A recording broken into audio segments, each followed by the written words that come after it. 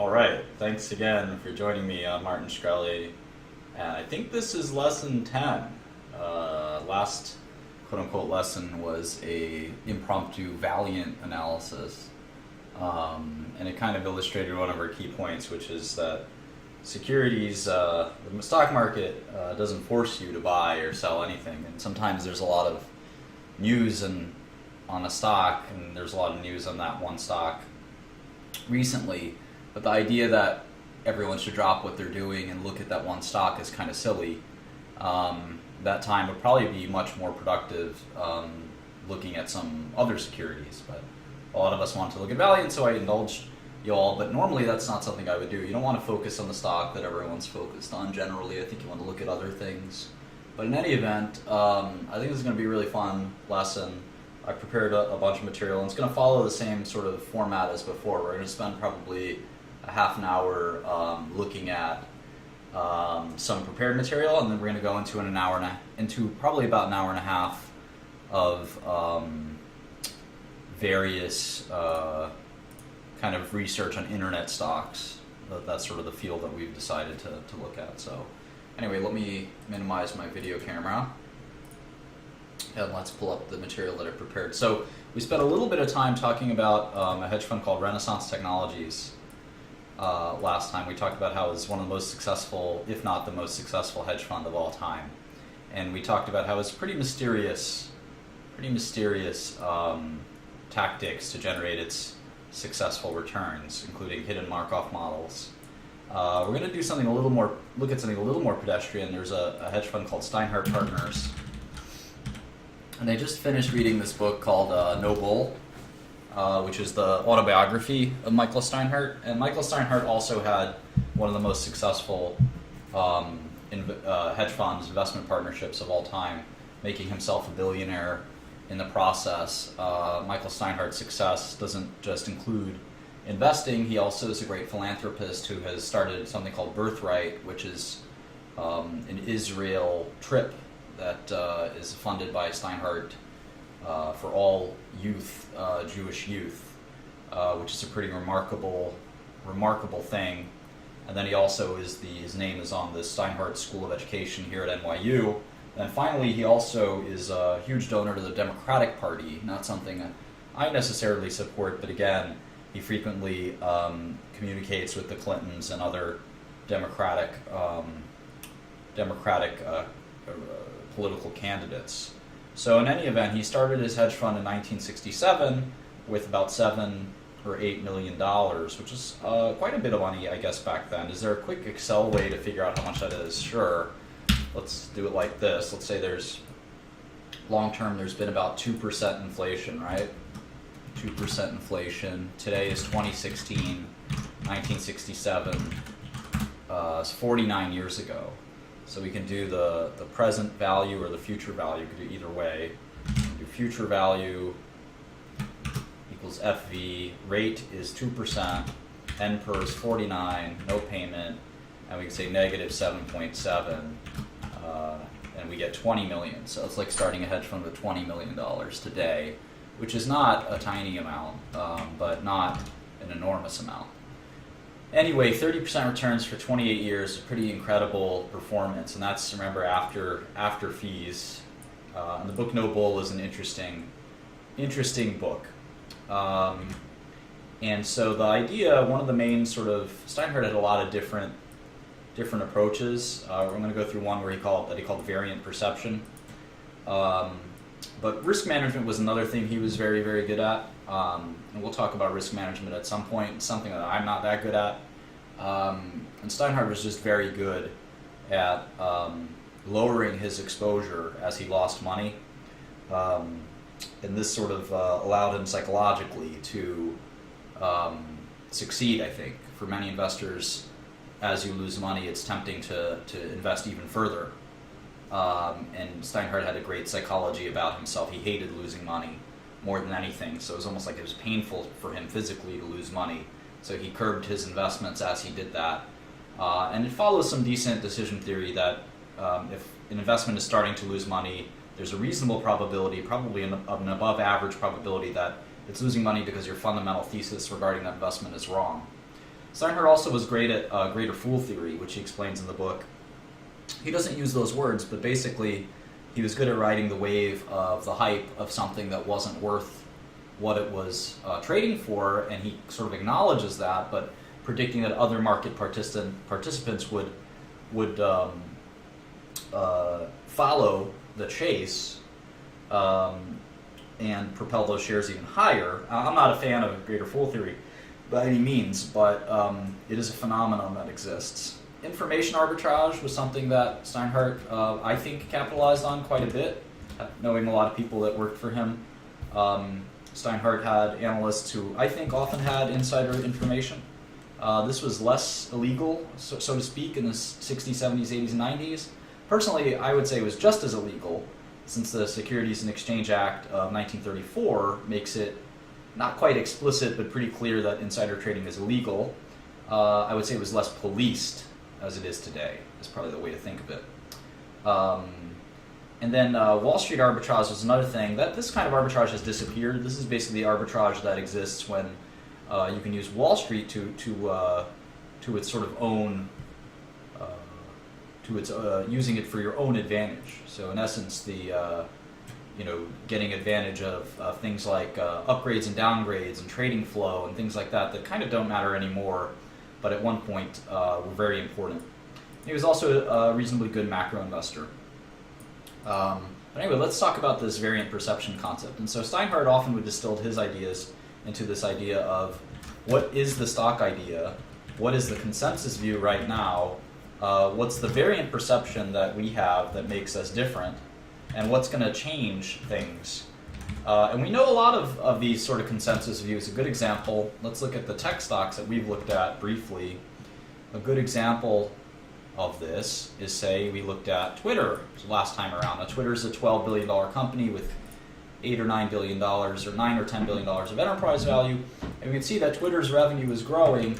The consensus, we looked at our model, the consensus is that Twitter's user growth has stopped. Now, if we had our view, our idea would be, for example, in this case, it would be go long Twitter. Because the consensus view is what? That user growth has stopped, therefore revenue growth will stop soon. Our variant perception would be something like, we have examined primary data that suggests Twitter's user growth will reaccelerate, and 1 quarter of slowing is not dispositive of a permanent stoppage of user growth. And the trigger event, what would the trigger event be? This is somewhat obvious.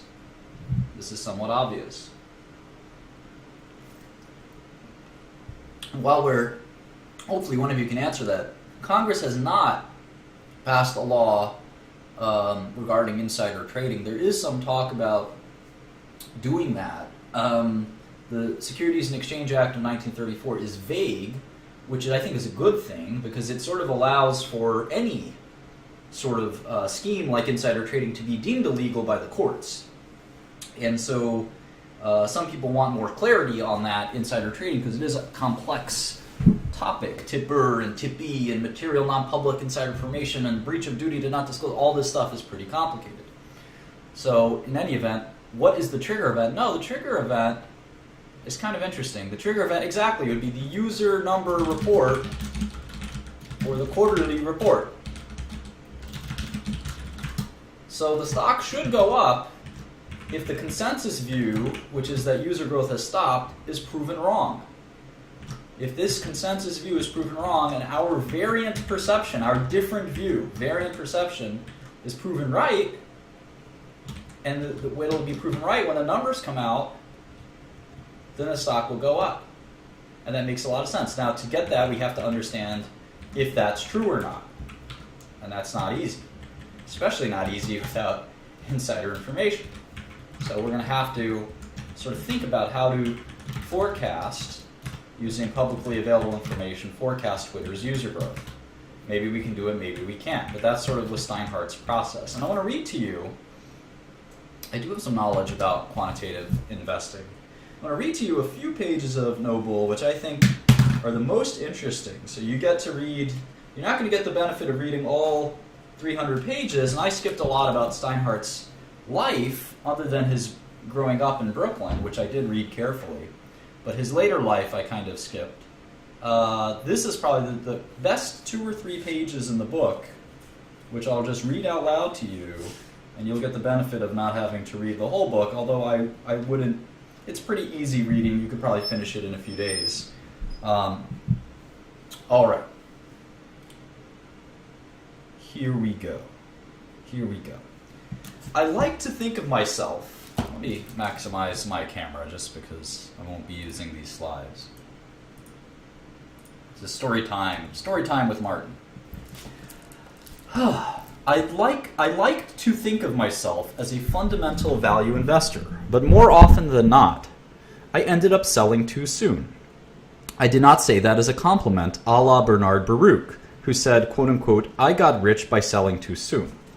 My frenetic trading often resulted in leaving easy money on the table. A good example of this was our major involvement in International Business Machines, or IBM, but the list is almost endless. In mid-1993, we started buying IBM. Most analysts on Wall Street were negative. This is actually exactly the same situation right now for IBM. Most analysts on Wall Street were negative. The consensus view was that IBM had lost its competitive edge. The stock had never really recovered from the 1987 crash and was totally out of favor with the street.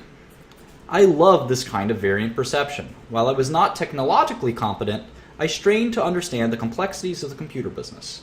I sensed that with the massive write-offs IBM had taken again and again, and given its overall competitive strengths, whatever its problems, there would inevitably be a recovery. I just could not tell when.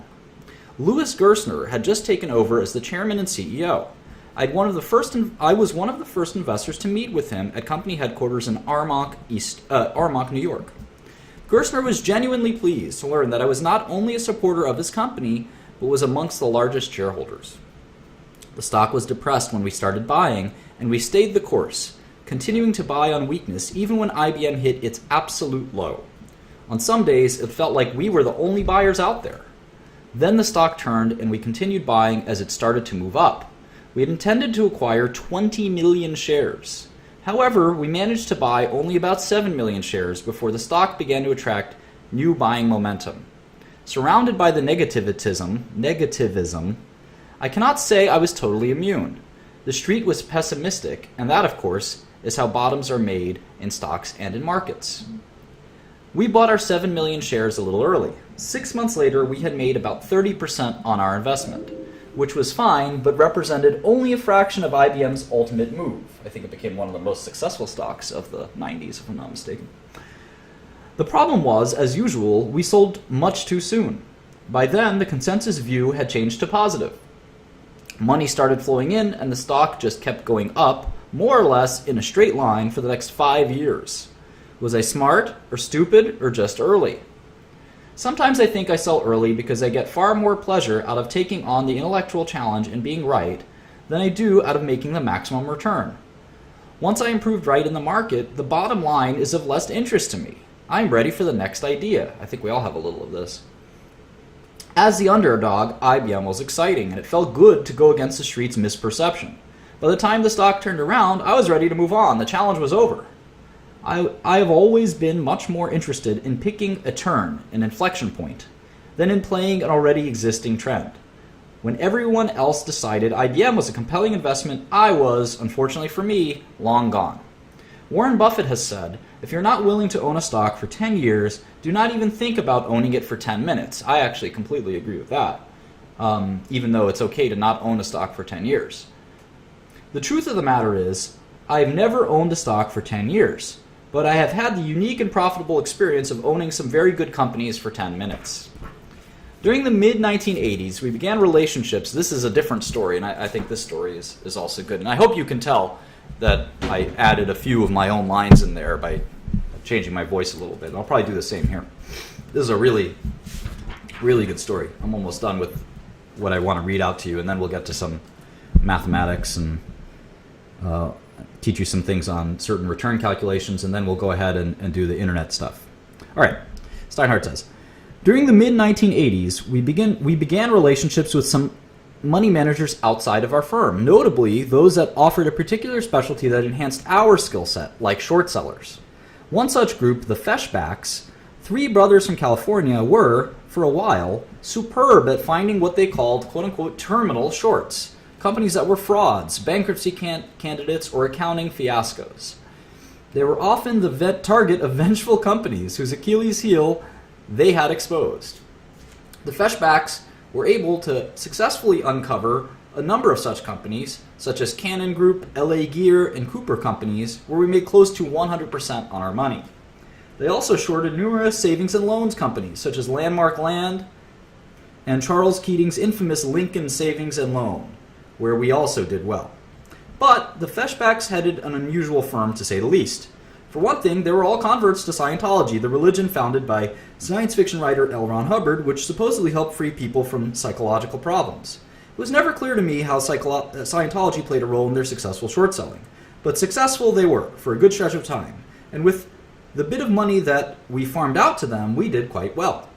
I should have had the foresight to see that their best days were behind them when, in 1991, they offered me a ride on their Challenger jet. Rarely does a mix of overconfident science fiction and new demonstrative wealth lead to continued success as a money manager. One of our most frustrating shorts of all time was a smallish purveyor of shopping and travel membership clubs, CompuCard International, which eventually became CUC International. Our analyst, Herb Chen, had done an exceptionally good job in analyzing the company. He concluded that its earnings growth, which had been substantial, could not be maintained. Moreover, he was convinced that the company was engaging in highly aggressive and irregular accounting practices. Simply put, it was cooking the books. We began shorting the stock in 1989, and like most positions, it was never supposed to develop into anything big. Just another third-tier company with lousy accounting and a questionable business plan. But like many highly promotive companies, CUC's management was smart and persuasive and had a plausible, if convoluted, business plan. CUC presented a simplistic view of extraordinary complex financial statements, and in the process corralled many of the most prominent institutional investors. Quarter after quarter, Herb predicted the earnings would fall apart, and quarter after quarter, he was wrong. I grilled him endlessly in my usual aggressive and unconstrained way, yet his answers were completely solid and well-grounded. He never, quote-unquote, shot from the hip. He knew this company well, and as painful as the short was becoming, and as brutal as I was during our quote-unquote sessions, I increased the size of the short, convinced Herb would eventually be proven right. Many stocks betray themselves by revealing the obviously speculative nature of their trading or ownership patterns. Not so with CUC. In contrast to other more speculative shorts, such as those involved with technological innovation or biotechnology, where the volatility was at times frightening, being short CUC was a slow, steady grind. Against this backdrop, the firm wound up short millions of shares. In 1992, CUC began a series of acquisitions designed to expand and reshape the company. Herb felt sure that these acquisitions were designed to mask the deteriorating fundamentals of the base business. But he also felt that management would probably be successful in its effort. After all, they had succeeded so far. Unlike many other shorts which went out like a bang, this went out with a whimper. I felt Herb was fundamentally right, but neither of us could stand another inexplicable quarterly earnings report. So we covered half the short and then covered half again. As the light at the end of the tunnel seemed to recede, we threw in the towel and covered our last share of this 3-year short, eventually losing about $50 million in the position. And there the matter rested. Just another painful reminder of what happens when you sell what you do not own. Over the ensuing years, CUC continued its grinding advance, albeit without the noise associated with a large Steinhardt short position. In late 1997, however, the company merged with HFS Inc., another high-flying stock run by Henry Silverman. Within months, the new company, now renamed Cendant, owned up to massive accounting irregularities attributable to the old CUC divisions. The final post-mortem provided by the SEC documented what Herb had suspected all along. Almost as far back as the company's inception, it simply made up numbers to suit its needs. Each year's fraud had to compensate for the prior year's fraud, so the manipulation grew larger each year. When the fraud got too big for one company, CUC bought other companies. When it got too big again, CUC merged the company into an even bigger company. By the end, it was the largest accounting fraud ever. It cost investors over $19 billion and involved the creation of over $500 million in fictitious profits. No solace to us. In fact, the CEO of Sendit ended up going to prison for many, many years. So anyway, that was the excerpt of Michael Steinhardt's book that I thought was really, really interesting. Their hedge fund had grown at that point to many billions of dollars, so the loss was of 50 million was substantial, but not the end of the world. In any event, that was a little bit more about Steinhardt, and I think it makes sense to study some of these great investors. And next lesson, I'll do a third, maybe great investors. So those are two, Renaissance and Steinhardt, very different. One run by a machine, a bunch of computer programs. One run by Michael Steinhardt, just basically by himself and his analysts. The book is called No Bull. It's autobiography. So let's talk a little bit more about some fundamentals, and then we'll get to the internet stock. So I wanted to go briefly over some ratios, and these ratios are not meant to be calculated in absence of interpretation and in absence of using them as a tool to understand business and finance more. And so let me explain what that means in a second. Let's pick Apple. Let's look at Apple real quick. And it's nice because we have our model, right? Now, we did the income statement for Apple, but we didn't really do the balance sheet. Let me add a couple quarters in the balance sheet, because to calculate these ratios, you need the balance sheet. So let me do that. So we go to sec.gov. This is our favorite website, right? Go here. Now, ROI and ROIC are actually a little bit different, and the share drive has all of these files and things like that. So, in any event, I think I got this 10Q. Yep. Let me get the other one. 10K. It is hot in my apartment. Alright. I might open a window in a second. Where is the balance sheet? Here it is. Alright. So we should make a net cash section here real quick. All right, let me do one of these doohickeys.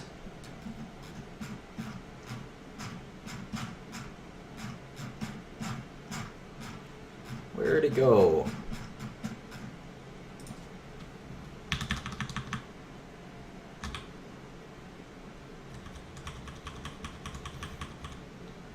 Let me kind of shrink this so I can just do it like this. All right.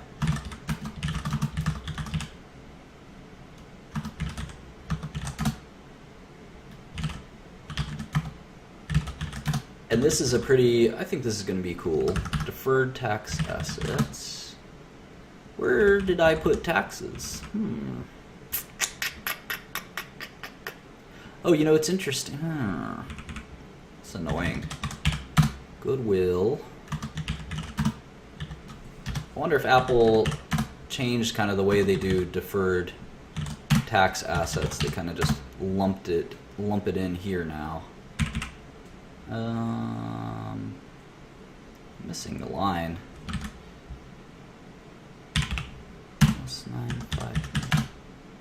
Missing the line still. Let's see. This is so weird. Let me start over. 21. Here it is. 21,120. All right, now I calculated two of these lines. 11,073. Other current assets. 950. All right, there we go. I think Apple changed it this year, the way they do some of these.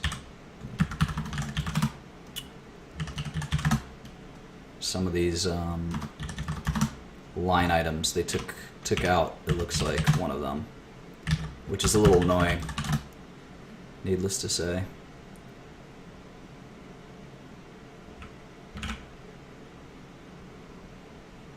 Commercial paper is debt. Someone was asking, how do I know which is which? Over time you learn. Commercial paper is debt. Debt is debt, needless to say. Convertible notes, things like that. Term loan, those are all words for debt. All right. So there's that balance sheet. We're almost done. I just want to add a couple just so you can see a little bit. Maybe I'll add 2 more quarters. And again, the good thing is once we've done this, we never have to do it again. It's in our model. It's saved forever. So it's the cool part about plugging these numbers in. The one good thing about it. So this is Q3.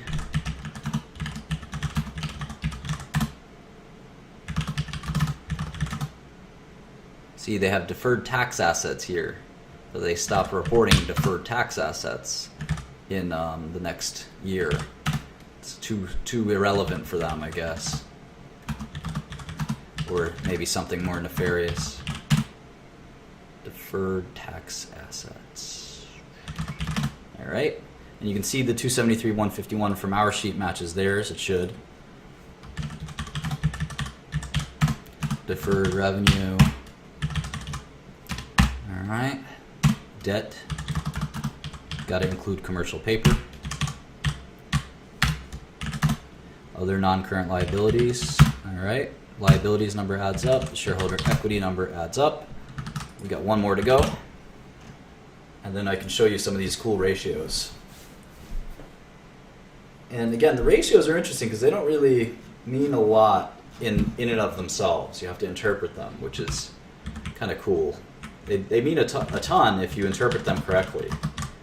I know a lot of people who don't know how to interpret them correctly, and this is pretty important. They're actually much more theoretical than they are, even though they're just simple mathematics. They're literally just quotients, right? They're ratios. The right interpretation of them can actually be quite illuminating.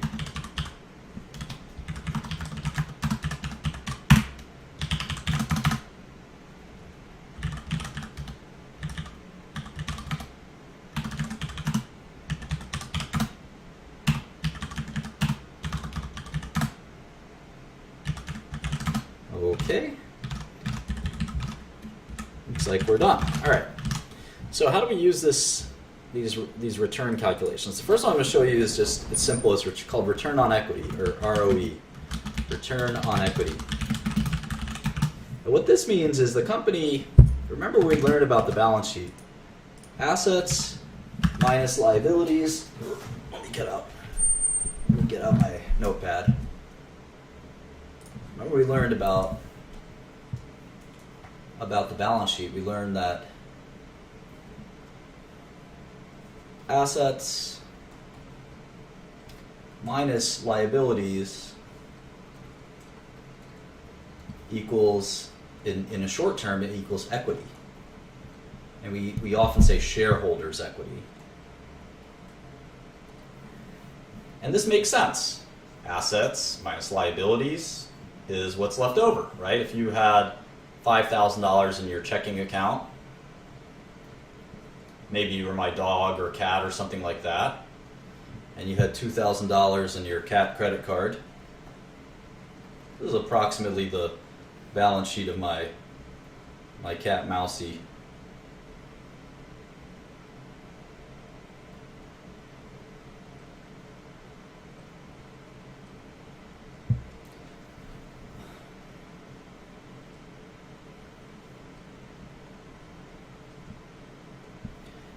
So my cat has its own checking account, believe it or not. It's $5,000, and it has a credit card. Yeah, that's right. American Express has decided to give my cat Mousy a credit card, and you can see that its assets are $5,000, its liabilities are $2,000. So its equity, its shareholders' equity is $3,000. Right? That makes sense. That makes a lot of sense. And if you use algebra, you can actually add liabilities to both sides of the equation. Assets equals liabilities plus shareholders' equity. Shareholders' equity is kind of what does the business own at the end of the day after you've subtracted the liabilities. And that makes sense when you look at my cat example. So shareholders' equity is kind of what the company owns. And this is on a book value basis. So we also call shareholders' equity book value. And this is, again, very much on an accounting basis. And it just considers It doesn't think about the business on a going forward basis. It says if the business ended today, what would we have? What would we have? And the answer for Apple on any given quarter is 129 billion, 125 billion, 119, 128, etc. Return on equity is just simply 4 quarters of cash flow. Take 4 quarters of cash flow and you divide it by shareholders' equity. And you can see that it's about 42%, right? And so conceptually, this is very easy to calculate, but conceptually, what does it mean? What does it mean? And this is really, really important. What it basically means is that it took $128 billion of capital for Apple to generate, let's do the math here, the trailing 12 months of net income was $53 billion. Think about that very hard, because this is crucial. This is really crucial. And this is where, let's just say, without being sexist, boys become men, if you really understand this. I think there's a lot of financial experts I know that don't quite get this, and this is going to be a really complex concept. It doesn't mean that Apple is 42% owned by shareholders. It's 100% owned by shareholders, needless to say. What it means is that Apple is, if you take away all of its cash, if you take all of its assets and you subtract all of its liabilities, right? They have 293 in assets, right? That makes sense. They have 165 in liabilities. That makes sense. So what's left over is $128 billion. So it's like my cat example, right? Mousy has $5,000 in cash and $2,000, which is Mousy's assets. Let's make it even clearer. Let's make it even clearer because I think some people are confused. This is my cat, Mousy. Martin Shkreli. It's a cat. That's its tail. And those are its whiskers. Mousy has the following assets. I opened a checking account for Mousy. It is $5,000. Mousy has some inventory. It's Fancy Feast. $500 worth of Fancy Feast. And then it has $100 of cat toys. So Mousy's assets are $5,600. How about liabilities? Well, I opened a credit card up. For Mousy. Like I said, American Express was crazy enough to give my cat a credit card. And Mousy has $2,000 in debt. And then it also owes me $100 because I lent it debt to human because I lent it $100 for those cat toys. So its liabilities are $2,100. So if you took its cash and you said, Mousy, what are you worth? What is your equity? What is your shareholders' equity? Or sometimes you say net worth, right? And say, well, 5,600 minus 2,100 is 4,500. That's because assets minus liabilities equals shareholders' equity, or cat equity in this case. We'll do the same thing for Apple, except the numbers are a lot bigger. And the shareholders' equity is $128 billion. Now, what does that $128 billion get you? Apple made $53 billion on a trailing 4-quarter basis. So if you think about the ratio, the business is worth $128 billion on a book value basis. Think about that. And then if you look at the cash that it generated, that $128 billion business generated 42% or $53 billion in cash. Yeah, 3,500, sorry.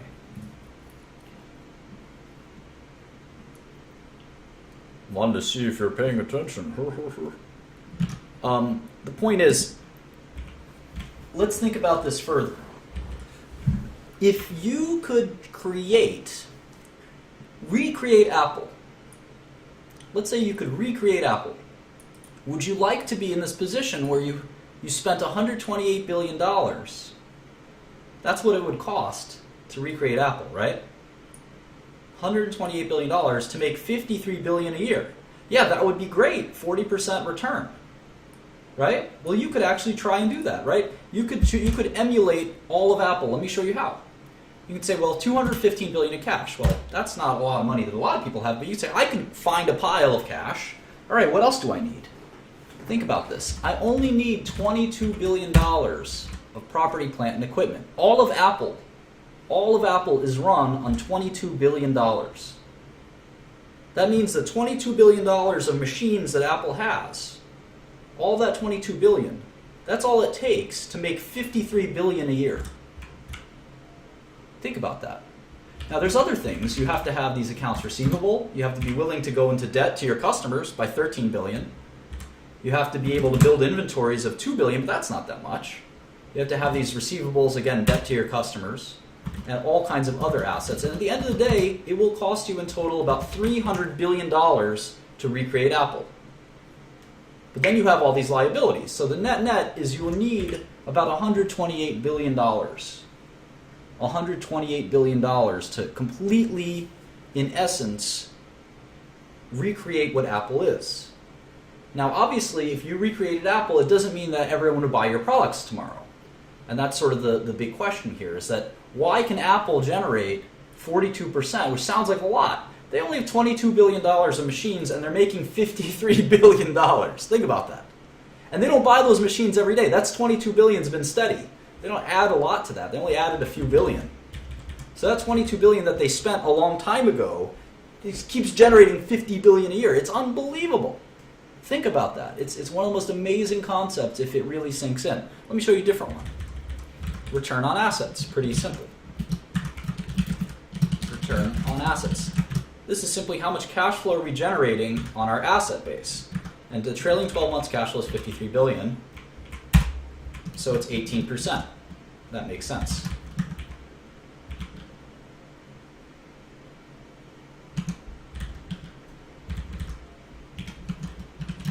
Now let me show you a really cool one. We're going to call this return on tangible book. Return on tangible book.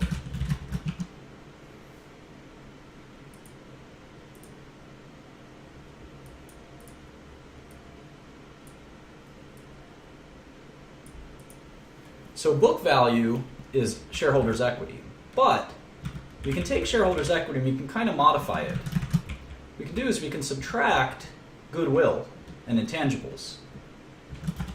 And we get is a different number. And if we take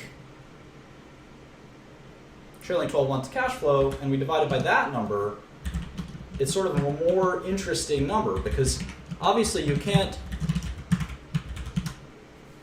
Goodwill and intangibles is not really as we know, it's sort of an accounting thing. The value of our patents aren't really embodied in this. Goodwill is sort of an accounting concept. So that's another way to look at it. Return on invested capital there's a lot of different ways to think about this. And Buffett has something that he looks at. Some people call it the Buffett return.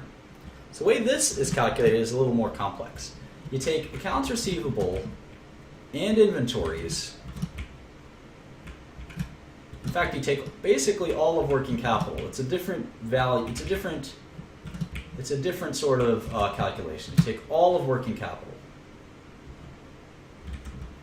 and you look at that as the key kind of business metric. And this is Warren Buffett kind of invented this. Not many people know about it, but this is a sort of another interesting way to look at it. And if you think about it, it's sort of absurd. It's sort of absurd. Because you don't need Apple's cash to recreate Apple's business. All you need is sort of everything but their cash.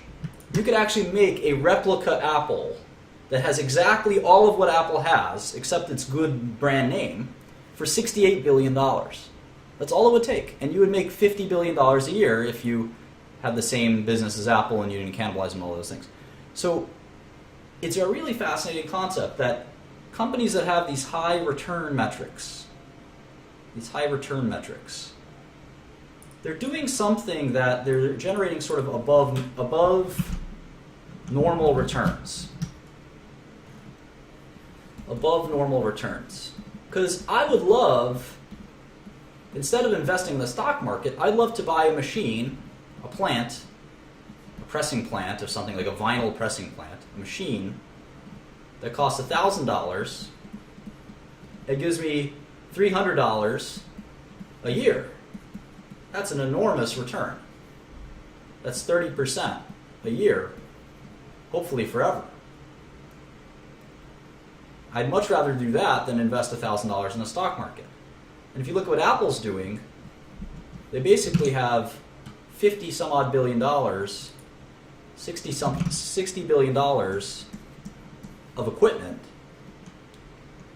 and they're generating 53 billion a year. That's like a 90% return. And something about Apple is allowing them to do this, because typically you have the weighted average cost of capital and return on invested capital are similar. You can't just simply make 90% a year by accident. And the answer is obviously in their brand. People are willing to pay crazy prices for Apple products because they have to have them for some reason. They have a loyal customer base.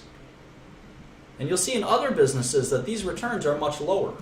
They're much lower, and the brand value is much less. So you can either, Apple's about to fall because anyone can make these phones and they don't need a 90% return. Someone say, you know what, I'm Samsung, I'll use $10 billion of capital and I'm fine making $5 billion of cash a year. Of course you are. Of course you are. That would be fine. That would be perfectly fine. That's a 50% return, and the phones are cheaper. And then maybe Amazon would say, you know what, I have $20 billion in capital.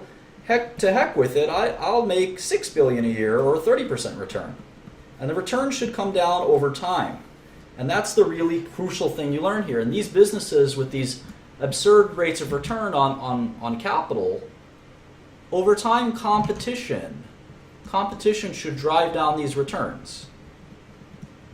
And doing these metrics allows you to sort of say, will competition come and drive down the returns, or is there some special brand that's going to stop that from happening? If you did the model for Coca-Cola, another very famous Warren Buffett investment, Coca-Cola, you'd see, in fact, let's do it. Let's look it up. Where am I going? Something's going on with my computer. It's going crazy. Maybe I'm being hacked. I hope not. Oh, I know why. I always think I'm being hacked, but I'm never being hacked. Just had my pen my pen was on my pad. So if you look at Coke,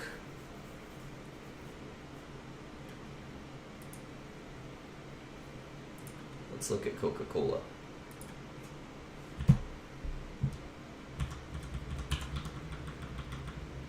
Coke has a fascinating business. What a lot of people don't know is Coca-Cola, the parent company, actually doesn't make any bottled Coke. They simply sell concentrate, which the bottlers bottle into with water and carbon dioxide. They bottle. So the Coke actually just sells a syrup, which is kind of neat. And if you look at how much money they make, it's an absurd calculation. Let's take a look. Oh, here's the balance sheet. So if we calculate, let's do sort of a similar metric. Let's do it here instead. Let's take accounts receivable and inventories. So this is 3.9, and 2.9. This is accounts receivable, inventories, and then we'll just call it working capital, the rest, like prepaids, etc. 2.7. Okay. Other assets, we'll include that. 4.2. Property, plant, and equipment. This is the big one, right? So you could make all of Coke with $12.6 billion. That doesn't sound like a lot because the company is worth over $100 billion. Does that tell you something? Trademarks and all these intangibles we're going to leave aside. So if we calculate this, you can see you don't need Excel to do some of this stuff. All right, so the total that you would need to emulate Coke is $26.3 billion. There's a lot of people with $26.3 billion. There's mostly companies. But if you're George Soros or Carl Icahn, you can say, okay, for $26.3 billion, I could have my very own Coca-Cola. No one would ever heard of it. That's the problem. Coke's put so much money in over time growing their brand. And let me show you why they did that. Because it cost them only $26.3 billion to have their company. And it's in fact less if you do some other calculations, which I might show you later. You see their annual income is about $7 billion. $7 billion. So the return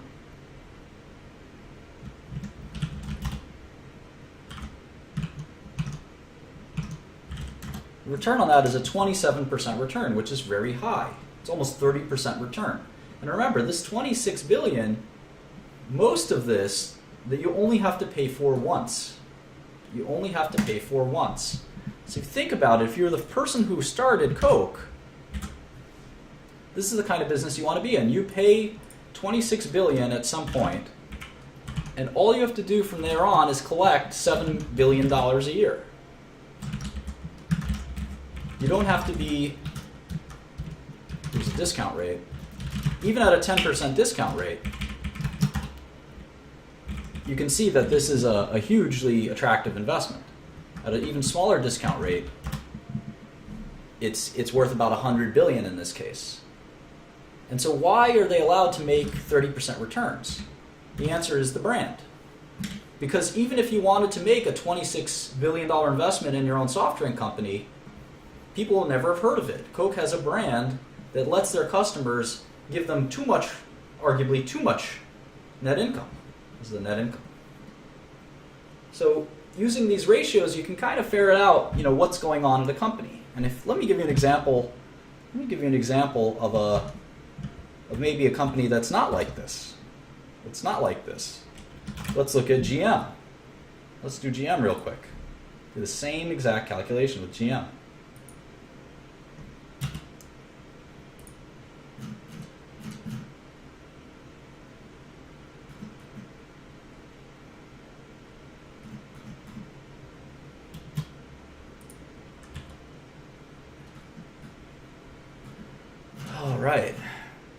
All right. So GM, let's see. Accounts receivable, 8.3 billion. Other receivables, 18 billion. Inventories, 13.7. Equipment on operating leases, 2.7. Deferred taxes, 8.6. Other assets, 1.4. What else? GM financing receivables, 18.5. Property, 31.2. That should be it. Well, there's some more. Equipment on operating leases, 20.1. Wow. And taxes, 28.4. Other assets, 2.4. Holy smokes. You can see already that GM has a lot more assets. And sometimes we call this asset-heavy business. Asset-heavy, or sometimes we use the term capital-intensive. Capital-intensive. This is a really important term. Okay, so that's a lot of assets. How about net income? What they generate in net income? We can already eyeball and say that's a lot more than Coke. I mean, one line is more than all of Coke's working capital assets. How about income? Okay, well, GM generated 9 billion in, looks like 9 billion, maybe 7.7 billion actually, because I had this weird tax benefit. So 7.7 billion in cash flow or net income. The same amount as Coke, both about 7 billion. But you can see that GM's returns are not that good. 8.3 plus 18 plus 13.7 plus 2.7 plus 8.6 plus 1.4 plus 18.5 plus 31.2 plus 20.1 plus 28.4 plus 2.4. That's 153 billion in assets. And 7.7 divided by 153 is a 5% return. That's a more normal return. 27% return is insane. 5% return on all this capital. You'd have to build all this just to make $7 billion a year, whereas Coke only has to build $26 billion to make the same amount. So it's a pretty complex concept, but I hope this illuminates a little bit on how capital in the balance sheet is interpreted. It's not just calculating these numbers doesn't mean anything. It gives you clues and insights into how the business works, and that's the important part. All right, so let's go ahead and look at LinkedIn, which I know a lot of you folks wanted to look at. I'll close down some of these models, and we'll look back on some of them later, perhaps. But let's look at LinkedIn. We don't have a LinkedIn model, so we're going to have to build one from scratch. And as we get more and more experience in all this, we'll be able to continue to kind of look at these companies and derive some really cool insights as we become more of an expert in one area. LinkedIn, $113 a share. So how many shares outstanding? How many pieces is this pie divided into? Ticker is LNKD. So you go to SEC's website, we type in LNKD, LinkedIn. Your 10K has been prepared and filed. We see on the front page it says 116 million shares of Class A and 15 million of Class B. Usually these classes are just votes. They have different kinds of votes. So market cap should just be the product of the two, and it's about a $15 billion company. So not too far from Twitter size, a little bigger perhaps than Twitter. I just like to write here because the quarters will change every quarter, so I want to write what quarter I'm taking this from, at least from a calendar perspective. So where are the financial statements? Here they are. Balance sheet. How much cash? About $3 billion. About $3 billion. Yep. How about debt? Convertible senior notes. That is debt, my friends. 1126.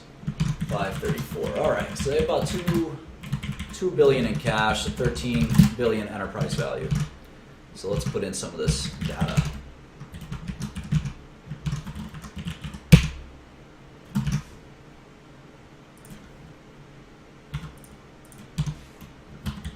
Yeah, so about 13 billion versus LinkedIn, which is about 10 billion. I'm sorry, Twitter, which is about 10 billion. Maybe look at eBay or something next. Okay, so that's the capital structure. How about the model?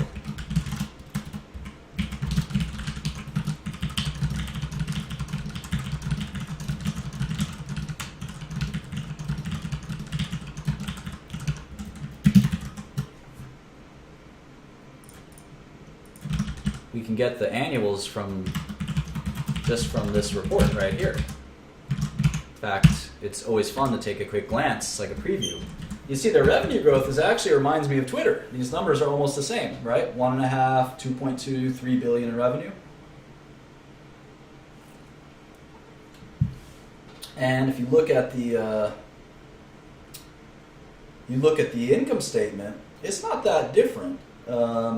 It's not that different, other than the depreciation is an enormous amount. Let's look at the cash flow statement.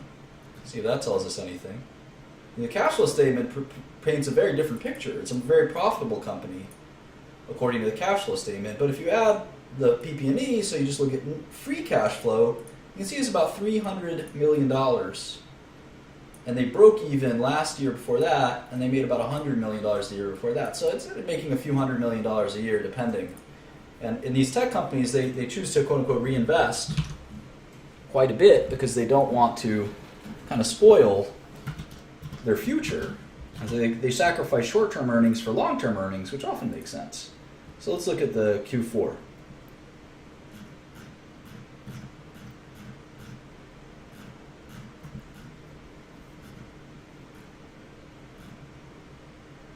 Oh, look at that. They give us the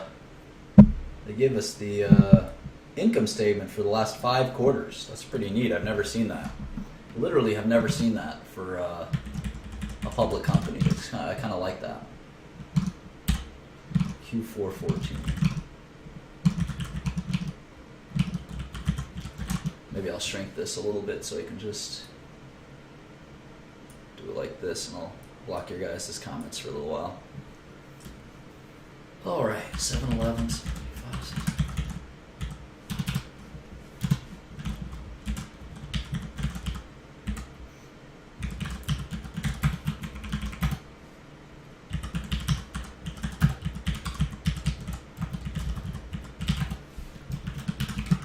I'm going to exclude DNA, although perhaps I shouldn't.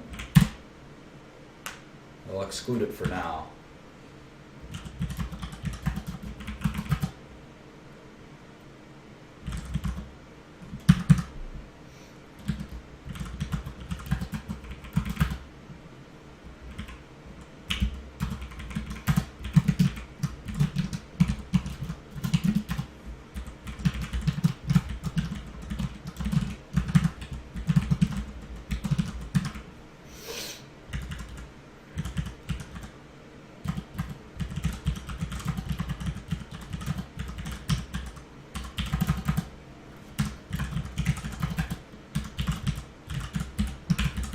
This makes LinkedIn makes it very easy for us. Some companies make it hard for you. I don't think it's ever intentional. And I can tell you, as a CEO, you don't really care how your press releases are, or how clearly they're written. By the time the quarter is done, you're exhausted. As long as they're accurate numbers, that's all you really care about.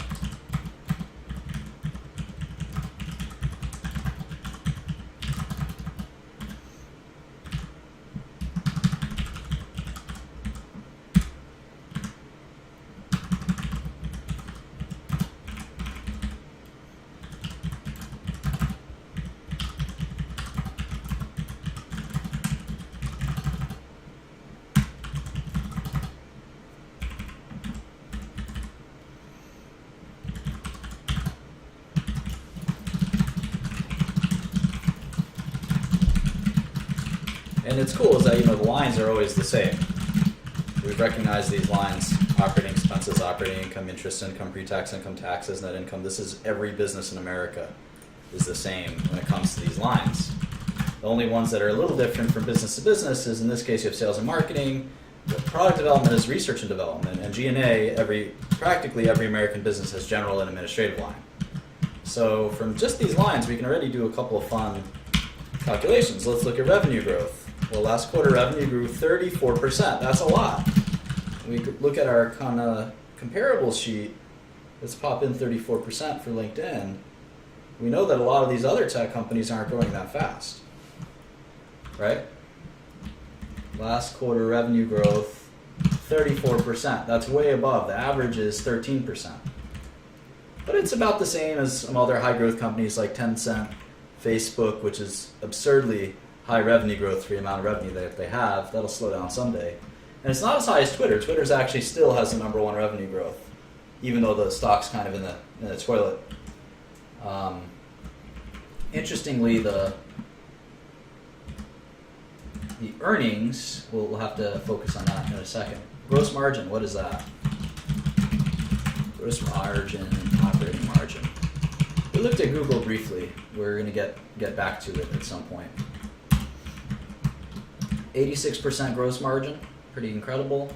Operating margin a little lower. We're still growing and reinvesting. So 13% operating margin is pretty low.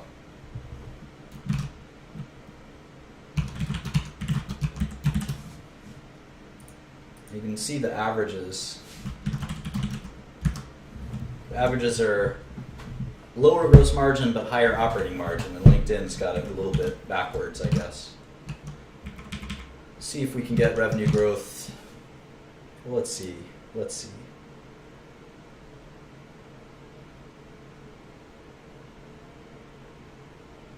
for shapes. I just want to look at sequential revenue growth real quick because it's kind of remarkable the way they grow revenue sequentially. You can see that Q1 is a weak quarter for them, just same way it is for Twitter. But then they grow 10% every quarter sequentially, which is pretty crazy. So if they do that again, even if they do a little less than that, 2016 revenue would be about 4 billion, 3.9 billion. So revenue is a bit higher than Twitter. Earnings are a trickier subject. Let's see what the gross margin has it fluctuated. No, it's been about 86% every damn time. So you can pretty easily forecast it'll be 86% again. COGS is just the subtrahend, I guess, of those numbers. Let's see how much S&M is growing year over year.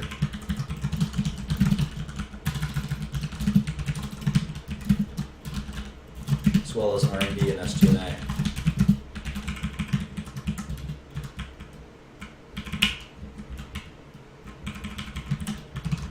%. It's interesting. Their cost growth in some cases is higher than their revenue growth. Very, very interesting. They're definitely investing quite a bit. Let's see here. R&D especially.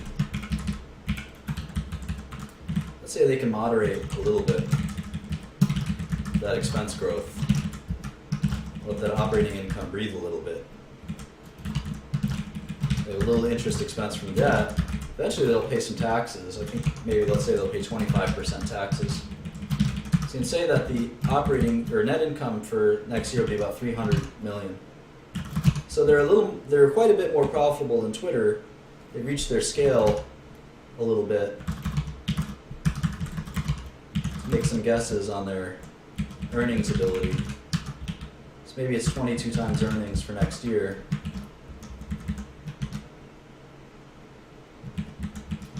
And we'll have to look at the business in more detail in a second. I wonder when they were founded. I love looking at that.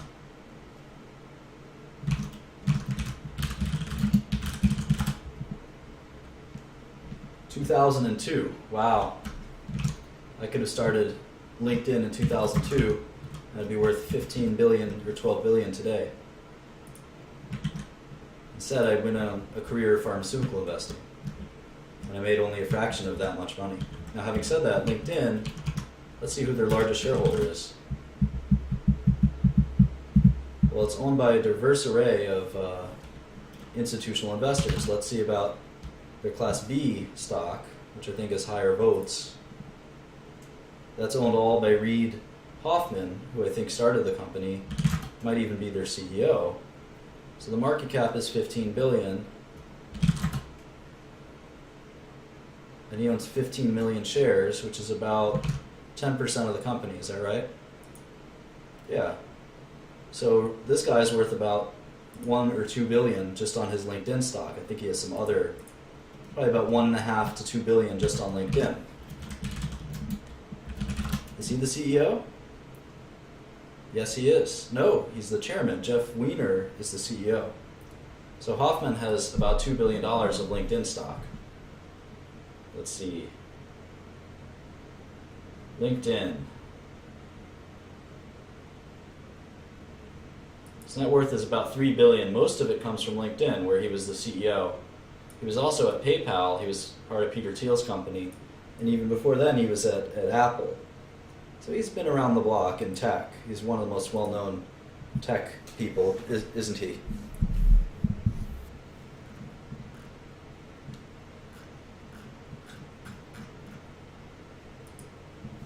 And you can see Bloomberg's great, right? Here's his email. You could send him an email right now. Hey, bro. How do you feel about the Farmer Bro sliding in your email? Is that a good idea? I don't think it's a good idea.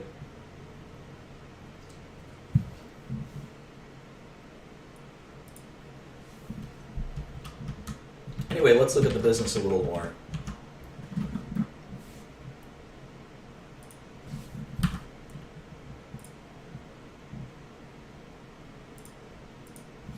So I like to read 12 months of press releases. LinkedIn announces fourth quarter and full year 2015 results. This was reasonably recent, and the quarterly releases are the most important. And you can arguably, and this is what Warren Buffett does. This is what Warren Buffett does. You sort of have, I like to joke, a company should put out 3 press releases in a year. Q1, Q2, Q3, and the full year press releases. So arguably the 4 most press, of course there's going to be other press releases, any acquisitions, new products, management changes. But arguably the most important press release for any company is their full year press release. And then the second, third, and fourth are these 3 kind of unequally. And then certainly these can be important press releases. A new CEO, new product, bought a company, sold a company, whatever. They're all important, but full year, very, very important. So here it is. LinkedIn announces fourth quarter and full year 2015 results. All right. The world's largest professional network on the internet reported results for fourth quarter. And the transcript of the prepared remarks is in this press release, so that's pretty cool. So we don't have to listen to the conference call. Or at least we don't have to listen until we hear the questions part. Q4 was a strong quarter, bringing to a close a successful year of growth and innovation, said Jeff Weiner. We enter 2016 with increased focus on core initiatives that will help drive growth and scale across the portfolio. So basically this entire 2 paragraphs, I don't see anything in here that's worth reading. It's all kind of corporate speak. During the quarter, LinkedIn made solid progress against its long-term product strategy to create value for members by connecting them to opportunities. So LinkedIn is kind of about job opportunities, isn't it? We launched our reimagined flagship app in December, creating a more streamlined experience for members to follow personalized and relevant content in their feed, and continue to scale the number of jobs on the platform to now more than 6 million open listings. So that's kind of, maybe we'll track that. If you read these press releases, you should be taking notes. You should be taking notes in your model. 6 million open listings. Revenue increased 34%. Okay, we have that in our model. Here we go, talent solutions. Talent solutions. I don't know what that is. Talent solutions. Maybe we'll make that on the front page too.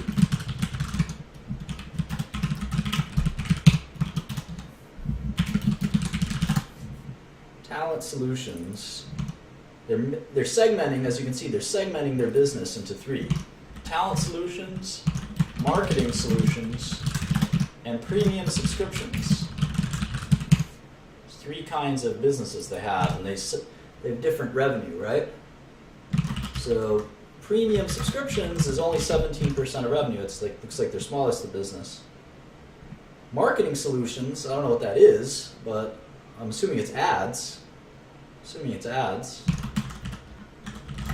That's 20% of their business. And then talent, that sounds like it's hiring and headhunting type stuff. That's like more than half their business, it looks like. 62%. I will make a list of we always do this, make a list of their businesses and understand it. And you want to understand each segment, and because each segment has different competitive aspects, right?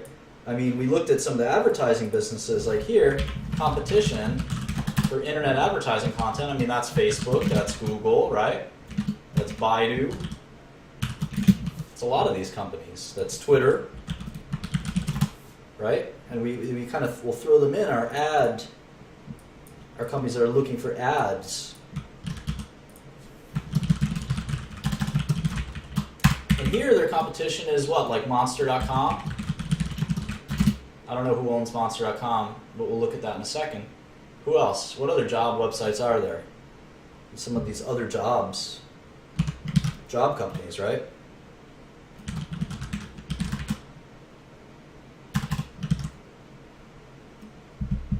Baidu's stock ticker, I think, is BIDU. Premium subscriptions. Well, this is sort of like unique to LinkedIn. I'm not sure that they have competition other than, Monster. I don't know, Indeed. I haven't looked for a job in a long time, so I couldn't tell you. Indeed. Any other ones? All right. So we got a little bit of information here. starting to get a flavor of the business. And remember, we're not going to be able to get that flavor. We're not going to get a stock pick quickly, right? We might get some hints of what a stock pick might be, but in 2 hours we can't get a stock pick. So just to recap, kind of what we're doing is we're glancing at various internet companies building quick models. Let's say we're up to what? 6, 7, 8, 9, maybe 10, 11, 12. So what we'll do after this is, because we'll have like 12 skeleton models, what we'll do, and then we've done this sort of overview process for each company, which I think is very healthy. And if you feel like this is getting repetitive, that's too bad. I think it's good. It's an iterative process. But after we're done with that, we're going to start to mix in just getting brief introductions to the company. We're going to start sprinkling in more heavy-duty research. And I'll show you how to do that and some of the research tools that we tend to use. So I just wanted to get a couple of smaller companies in before, because we're only looking at these monstrously large companies. I think it made more sense to kind of look at smaller companies as well as larger companies. So maybe we looked at one really small company called Alarm.com. So we'll sort of look at, that'll be our super small company. It's not even $1 billion company. And then we have sort of mid-sized companies like LinkedIn and Twitter, and then we have these mega companies like Facebook and Google and Microsoft. So anyway, let's keep getting acquainted with LinkedIn. So they have these 3 businesses, right? Talent, marketing, and premium. Talent, marketing, and premium. And again, this is cool because when you talk to, as you get to know this industry, you have to meet people as well. And if you meet someone on LinkedIn at a cocktail party, you can now say, well, do you work in talent, marketing, or premium?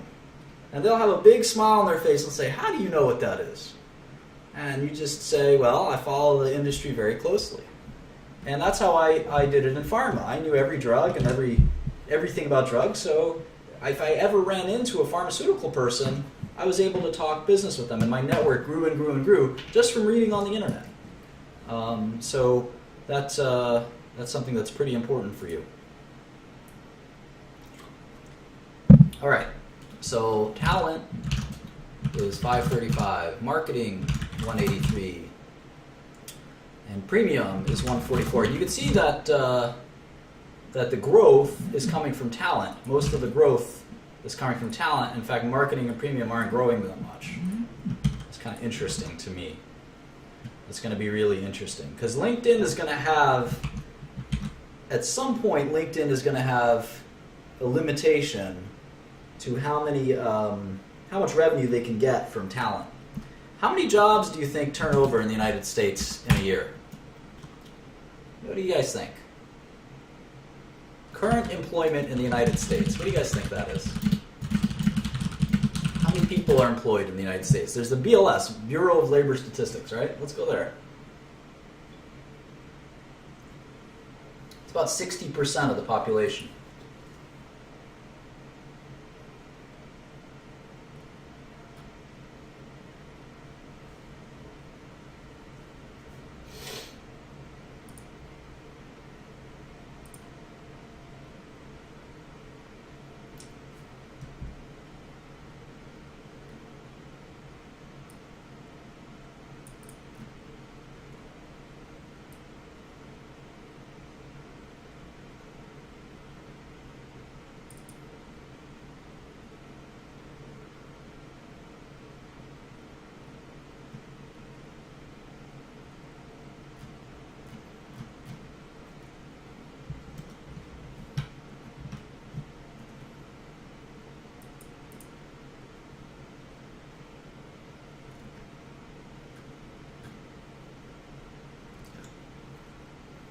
The civilian labor force is 158 million people. We're gonna have to track this.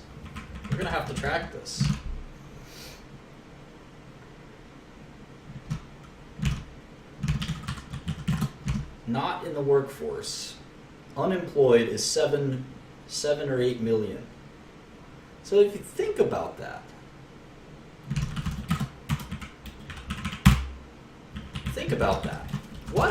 what jumps out to you right now What jumps out to you about this? Something should jump out at you.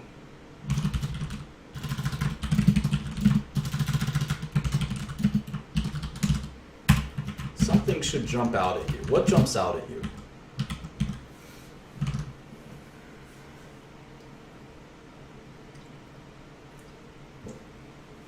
Well, most people who are not employed are very old people or very young people.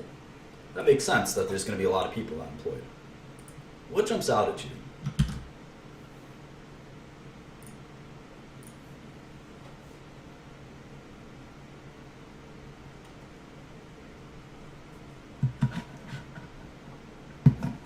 Not the Bureau of Labor Statistics. Yeah, there's 6, exactly, very good job, Isaacs. There's 6 million listings on LinkedIn, but only 8 million people are looking for jobs in the US at least. How much more can they grow? I mean, they've got a lot of market share. And I know they use LinkedIn everywhere, so what we're going to do is we're going to calculate labor force participation globally. But there's still going to be some ceiling on how much they can grow. Yeah, we're gonna model and look at this in a second, but it's fascinating to me.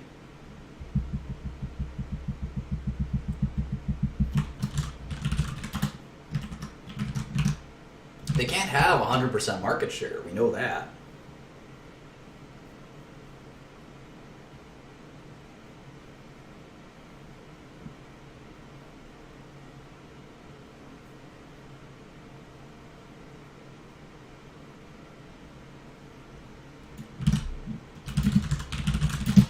Census gives us our population. It's 318.9.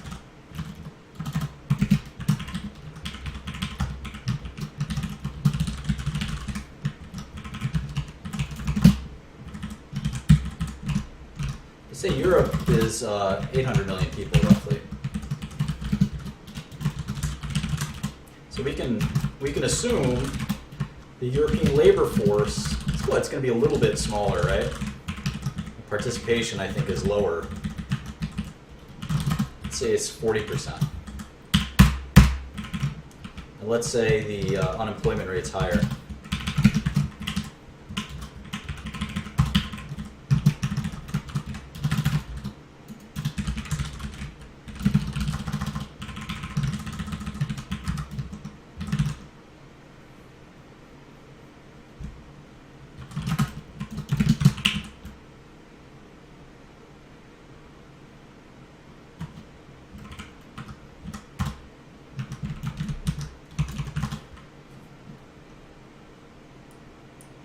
Seems like it's saturated, if you ask me.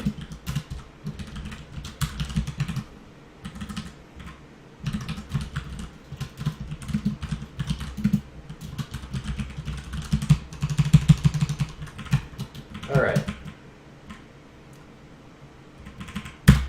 So there's 30 million people unemployed in the US and Europe by rough calculations. And they already have 6 million of those, so 20%. That seems like a pretty healthy market share. Let's just keep that stuff in the back of our head. Keep thinking about it. Is it 9%? Let's keep thinking about it. I'm not saying that we're making any conclusions, but this is data that we're going to have to sort of think about, because this isn't just an internet company. This is an internet company focused on jobs. So we're going to have to learn a lot about jobs. That's the cool thing about, there's a lot of things that we gotta, there's the biggest thing we gotta think about is churn, or the amount of turnover in those jobs exactly, and then how much of them go to a company like LinkedIn, how much of them are filled internally. There's a lot of things that we gotta think about, but as we kind of conceptualize this business, we're learning more about it. And again, the awesome thing about looking at a sector is you get to focus in your knowledge on one area of the economy, but you still get to see, no matter how much you focus in, you still get to see little patches of different things. Right? With Priceline, we're going to learn about the travel business. with Facebook, we're learning about sort of how people spend their free time. It's a very Maslowian and psychological phenomenon, things like Facebook and Twitter. Whereas LinkedIn, I mean, that's also Maslowian, right? It's just our jobs hierarchy. And things like eBay, we're going to learn about commerce. I think this is going to be a lot of fun. Netflix, entertainment. So this is going to be a ton of fun, and you get to learn about all kinds of human phenomenon, economic phenomenon, social phenomenon. Anyway, let's get back to work. So EBITDA was 250. EBITDA, you should name your dog EBITDA. It's a cute name. Earnings before interest, taxes, depreciation, and amortization. So if you think about that, it's 250 million. Now, DNA is important in this business because of the cash flow and free cash flow situation. We're going to talk more about that in a second. So they gave guidance, revenue of 820 million. So you see that they are projecting a big sequential decline. I have 850 in here. It looks like they're expecting an even tougher quarter than I was thinking. So 820 million, which would be down 5%, and only a 29% year-over-year increase, which is fine, but interesting nonetheless.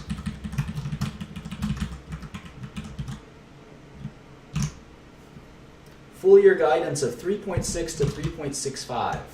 Now I had them at 3.7. So in Q4,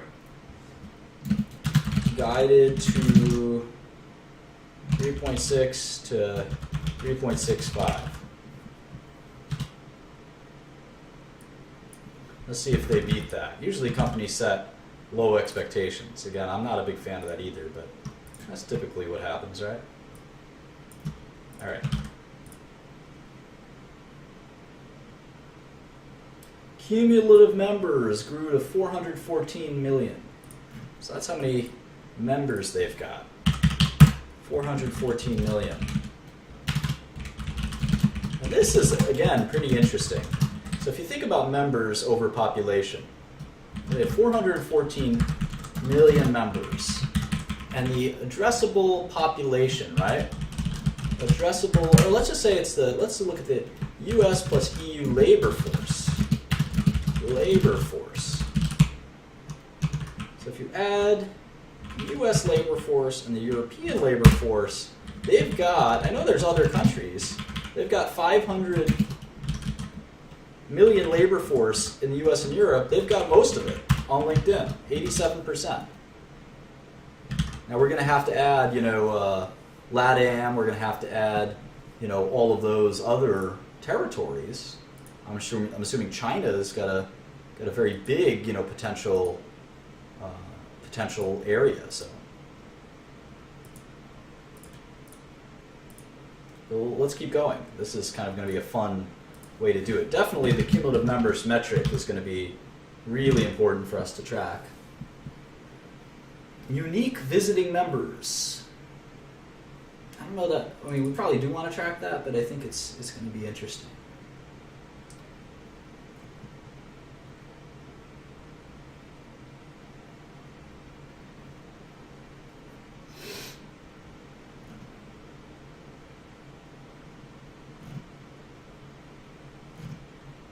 This is a fascinating business.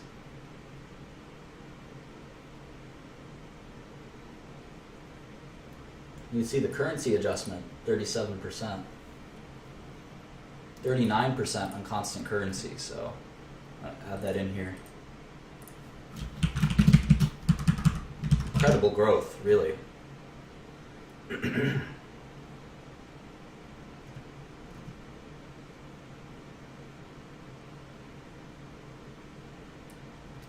It looks like marketing solutions is sponsored updates, or basically ads, right?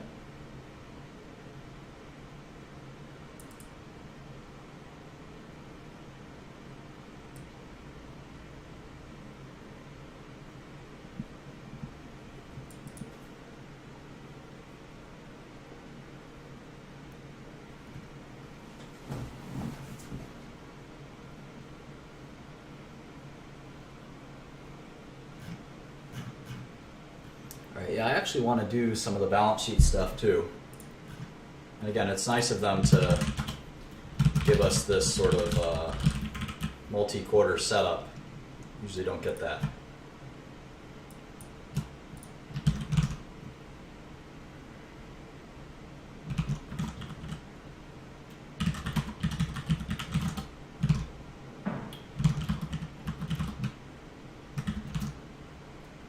Deferred commissions. A company like LinkedIn doesn't have inventories because it's all online, right? They don't sell any physical product. Prepaid expenses, other current assets, property, plant and equipment, goodwill and intangibles, and then some other, I'm guessing, other.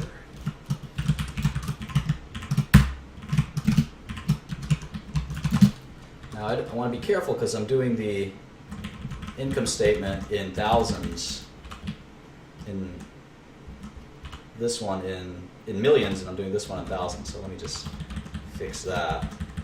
It should all be the same, right?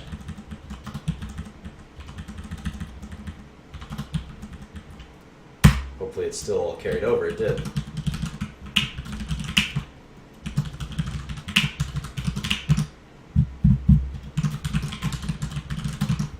Cool. I guess I should just do all the assets like this.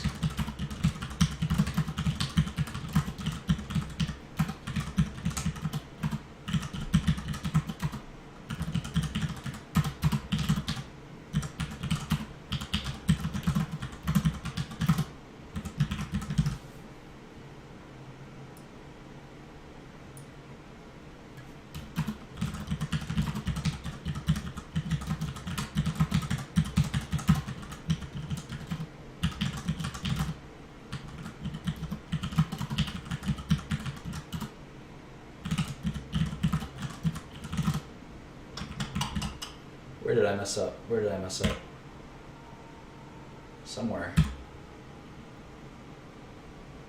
Went haywire.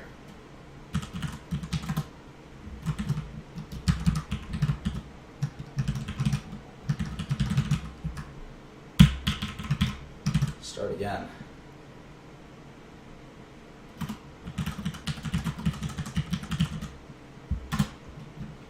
All right, much better.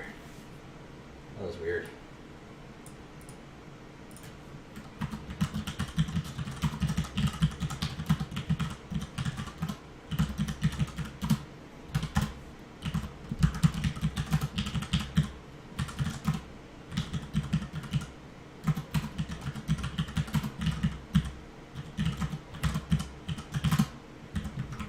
All right, last one.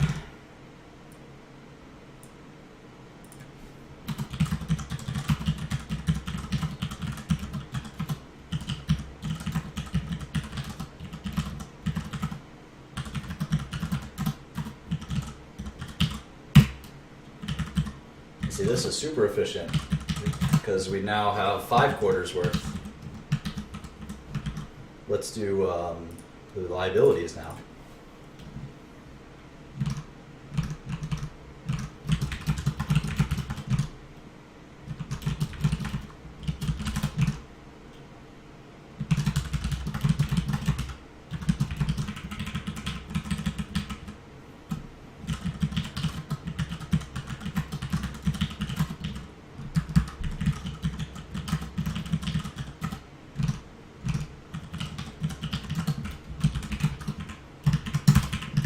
Ooh.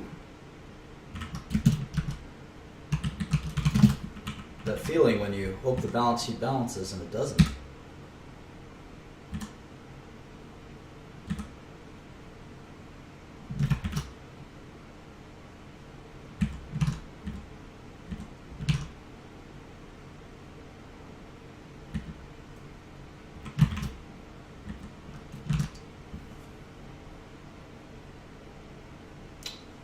It's that redeemable, non-controllable interest. There we go.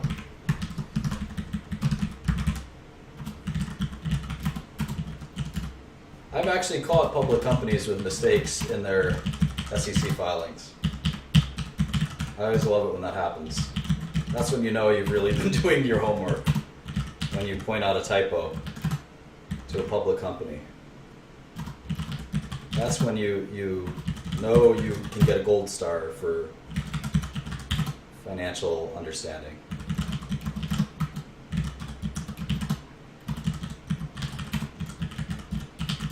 In that case, it was certainly my bad. And nor did I think that there was something amiss. Just simply had to understand what I was doing wrong, but possibly it could be a typo.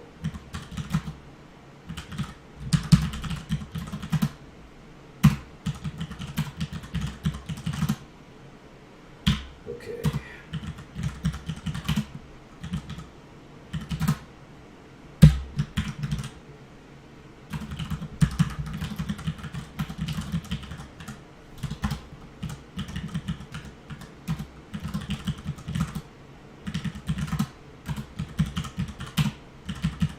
All right, so we're done with the balance sheet. And so we can actually do some of our return on asset, return on investment, stuff like that. And this is kind of cool because it's a tech company, right?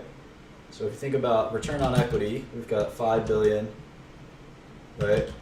5 billion of shareholders' equity, and we take trailing 12 months net income and divide that by shareholders' equity. LinkedIn just isn't making much money.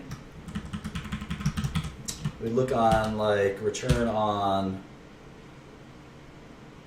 maybe do the Buffett return. Let's just cherry pick what it is.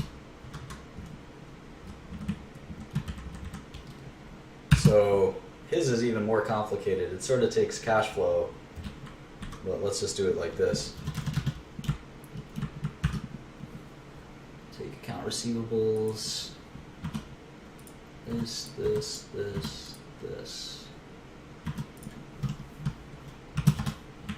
It's still pretty low. I guess they're just not making much money yet. We'll have to sort of do the cash flow statement as well.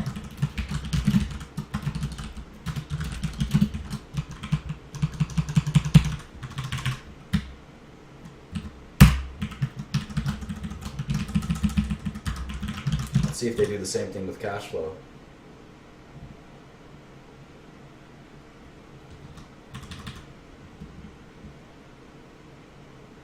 They do.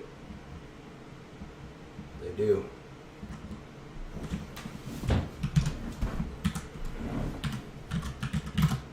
God bless them.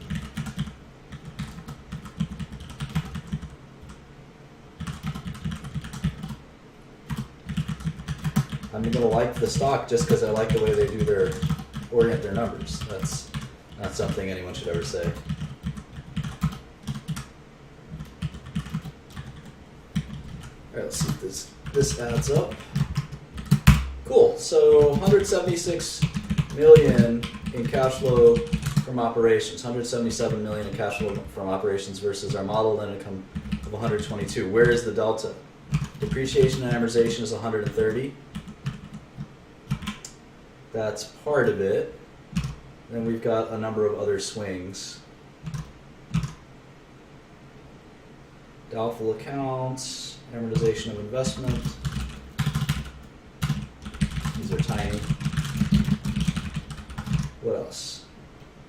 Amortization of debt discount. What else? Stock-based compensation. You know how I feel about that one. SBC tax benefit. How about this one? Accounts receivable, deferred commission, prepaids, accounts payable, taxes, deferred revenue.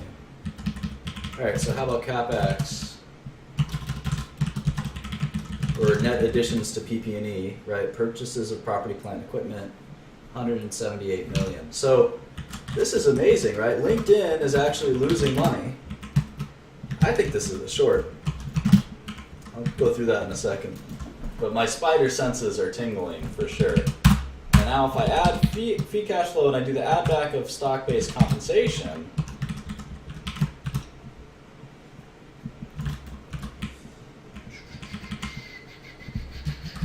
LinkedIn loses money.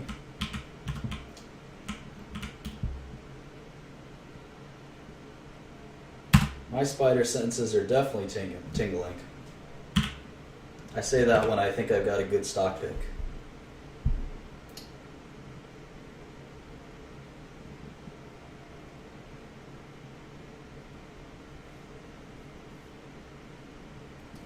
Definitely feeling this.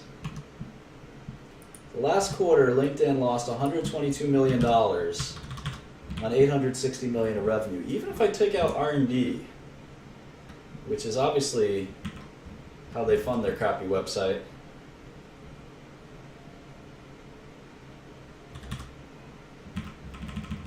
Still wouldn't quite be profitable.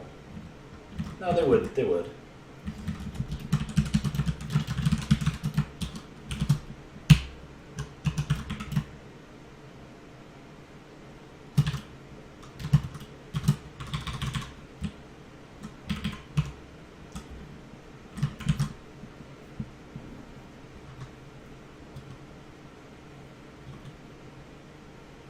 That's giving them a lot of credit. That R&D is completely, a waste of money, and that they can fix that. And I don't think that that's the case. Revenue growth is slowing. They've got all the users they could possibly have. I don't know. Looks like a mess to me.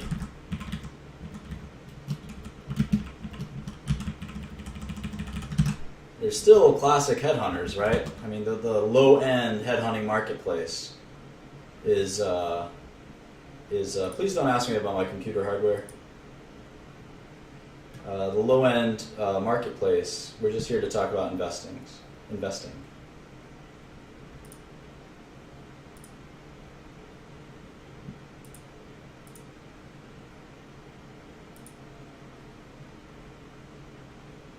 Yeah, I think this could be a great short. The revenue growth is phenomenal, but it will slow or stop at some point, and their margins are just terrible.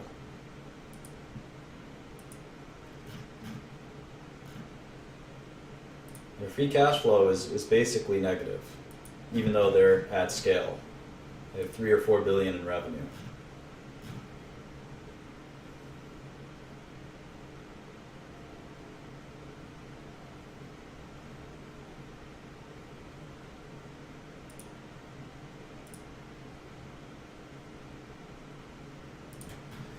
We have to keep doing the math.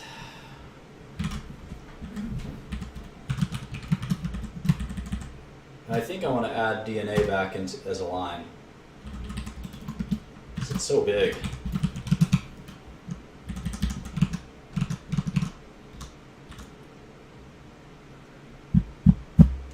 And in fact, it's funny because the DNA line is in fact smaller than the CapEx line, which means that DNA is going to start coming up, which is really funny.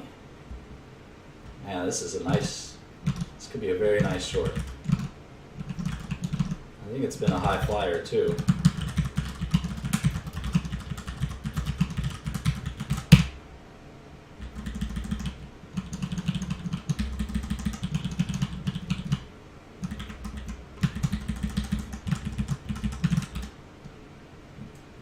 You can see DNA trending higher as CapEx rises. And if you take the average of CapEx the last kind of 5 quarters, you'll sort of get what you would expect DNA will be going forward. Let's do that real quick.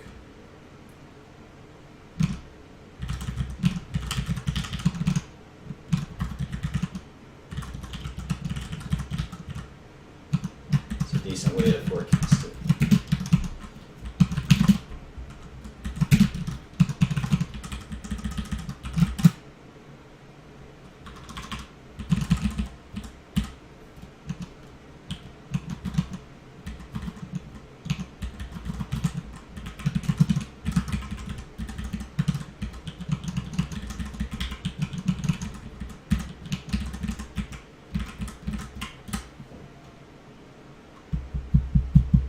$86 million.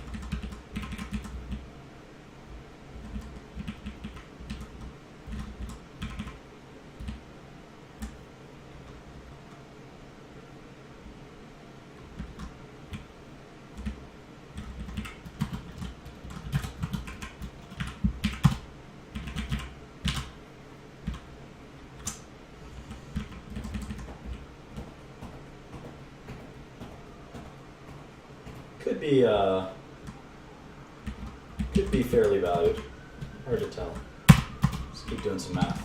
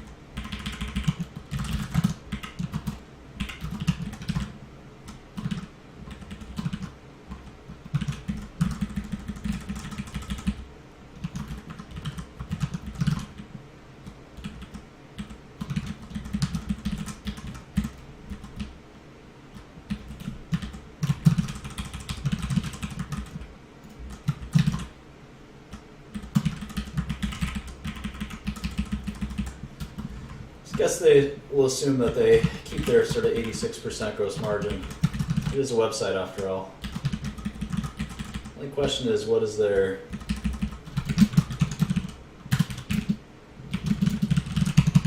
does their sales and marketing sort of scale exactly right? I think they probably have commission for salespeople or something.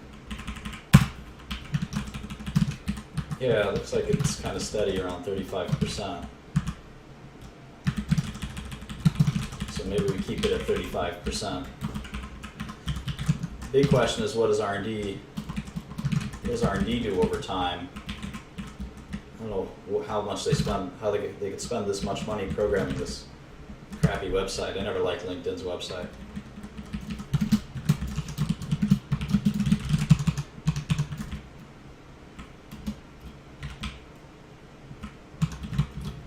%, should decline over time. Can't keep the business going with all that money going back into R&D for a website. Maybe you can, I don't know. Should drop.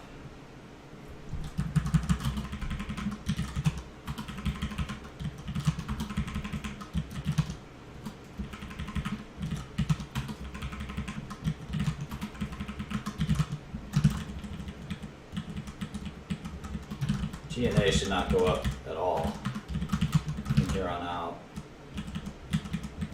D&A, I don't know what the heck is in there.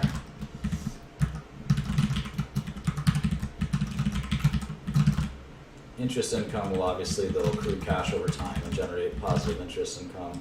Taxes, we have to sort of figure out what we're going to assume. It's an American company, but I'll assume they make 25%. They do 25% taxes.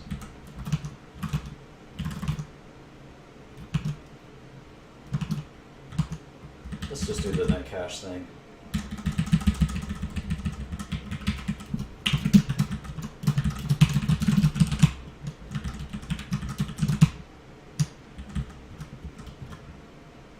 Yeah.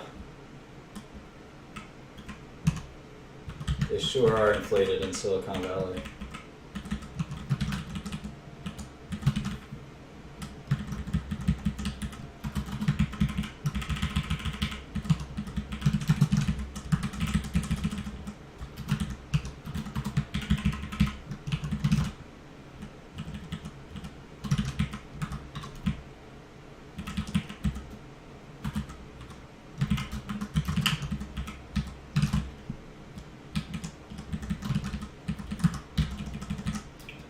Yeah, this is going to be pretty ugly.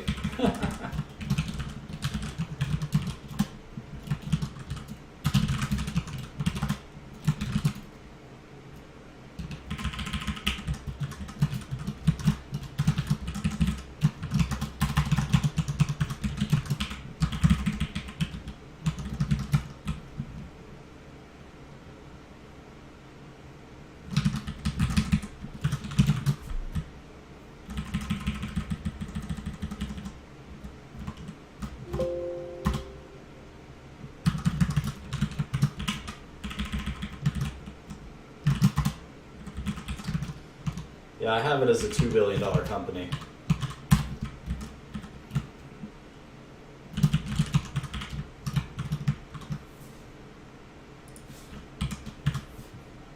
So $4 billion total value with the cash.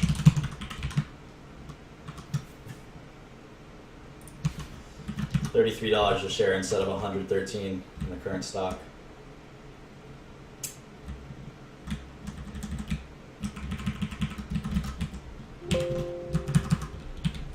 Let's assume some more superlative growth. Yeah, even if they grow like a weed, I don't think they can get there.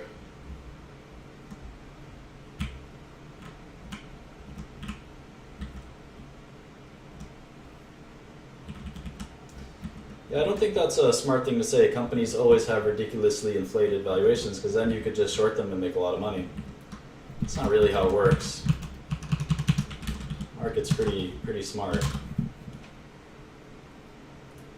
You can see they're when they announced their quarterly results, the stock went from 200 to 113. Can't believe this was at 200 at some point.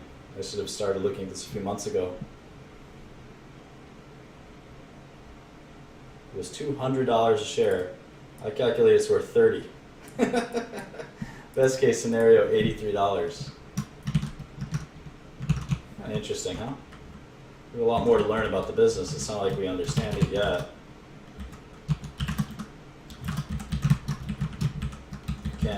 Can't understand it in one sitting. It doesn't work that way, but definitely fascinating. I think it's healthy to get these kind of like a brief look, a brief view at these companies. Oh. So maybe what could be fun is instead of building the model during the lesson, next lesson we'll have the model already built and we can all do it as homework. So what we can do, the way that works is what we can do is like basically we can compare to see if your model looked the same as mine, and you'll see where you made the mistakes and where you didn't. So let's sort of pick which ones to look at. What's Kihu 360? Kihu 360. Software company. Kihu. Everyone knows what VeriSign does, right? Like the domain registration company, right? How about Neuromama? Neuromama. Huh. What the heck is this? Is this a real company? No, it's not. We're gonna put this somewhere else. This doesn't look right. $9 billion company. TripAdvisor. I think we know that one. 58.com. Wooba. This looks like a high flyer. Chinese company. Wooba. Zalando. What the heck is Zalando? Fashion accessories in Germany. Ricoh is a printer, so we're gonna printer company. So we're gonna Japanese, right? So we're gonna move that to the electronics section. Electronics and semiconductors, which we also promised to look at some point. What's M3? Does anyone know? M3. What the heck is M3? That must have been like a typo or something. No, M3 Inc. Here we go. Japanese company. Medical information services for doctors. Huh. Never heard of these guys. M3 Inc. Internet media. Learn something new every day. Dell is a private company. I'm curious about this M3. Who are these guys? Maybe go on, just go on the internet.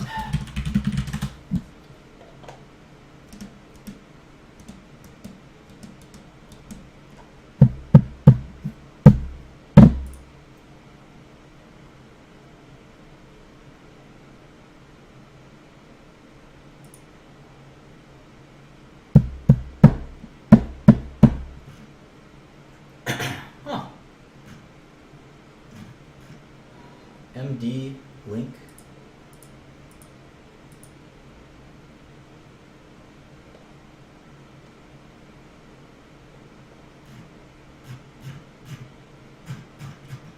Huh. Cool. Garmin makes those devices, right? It's like a consumer electronics company. Move that down here. How about VIP Shop? You know VIP Shop? Vips.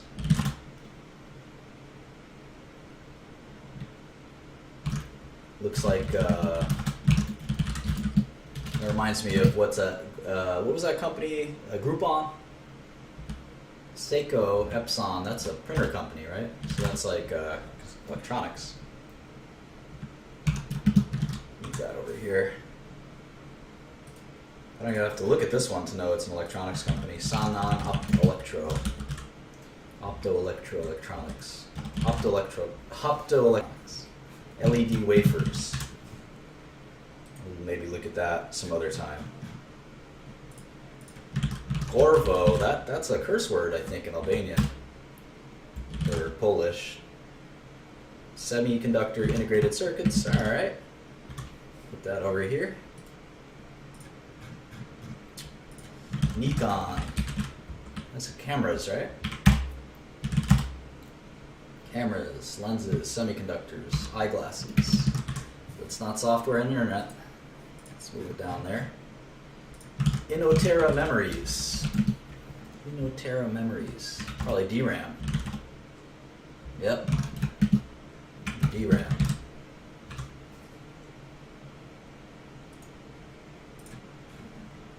Oh, RFMD and TriQuint merged? I didn't know that. Kakao is in South Korea. And it is an internet company. 035720. All right, Liberty Ventures. LVNTA. Looks like they own a bunch of different websites and home shopping television networks. Auto Trader. That's a London company. Sounds like a website. Cool. Casio is a consumer electronics. Needless to say. Casio computer. Calculators. Electronic dictionaries. Do people still have that? In Japan, I think they're very popular, electronic dictionaries.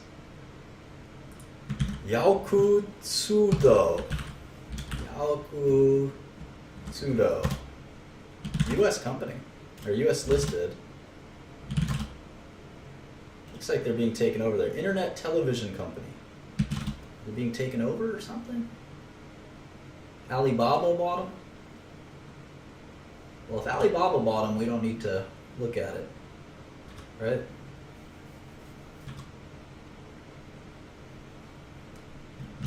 This is going to be just Alibaba. No need to look at that company. Rightmove. So we don't have that many companies to look at. Internet sector is maybe not as big as we thought. Rightmove is like a house sales company. Gore-Tech. Chinese company. Gore-Tech manufactures wireless communication products. All right. Don't need that. United Micro. This is a semiconductor company.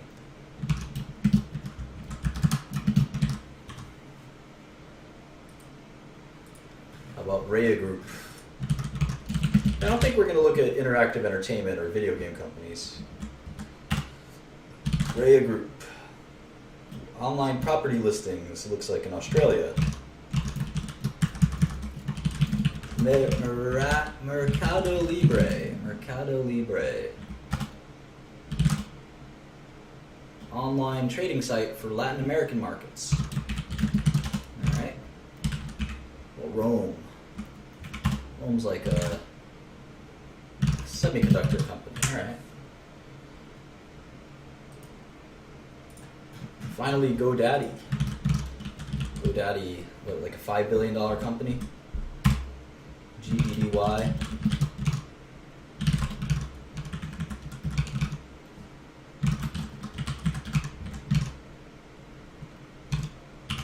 All right. So let's do a straw poll. So whatever wins the straw poll, that's your homework. You have to make a full model, and I'll make a full model, and then when we're ready, I'll show you it, and then we'll sort of analyze it. We'll share our insights. This will be fun.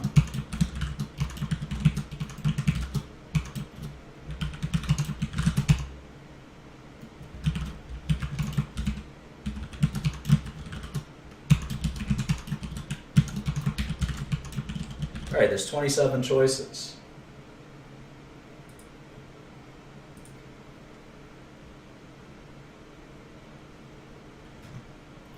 And this is your homework. Which stock will we use for homework? I'll give you a couple, if you want a couple of tips, I'll highlight a couple of them. Yahoo would be definitely be interesting. eBay, Netflix, Baidu, Priceline, those are all interesting. For smaller companies, Mercado Libre, VIP Shop, 58.com, TripAdvisor, VeriSign, Kihu, Ctrip, Expedia, any of these, eBay, JD, they're all interesting.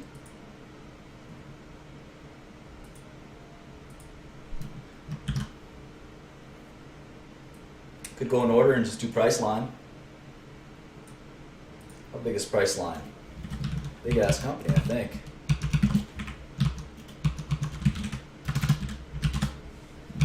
Priceline, $1,000 a share. Nice, nice. I love it.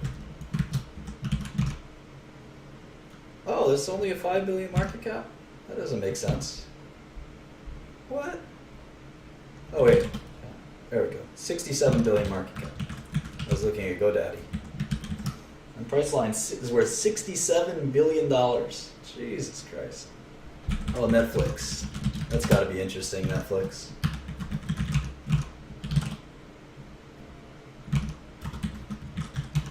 $43 billion company. How about JD?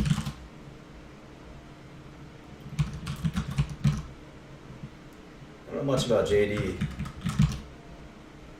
Chinese company. Pretty big.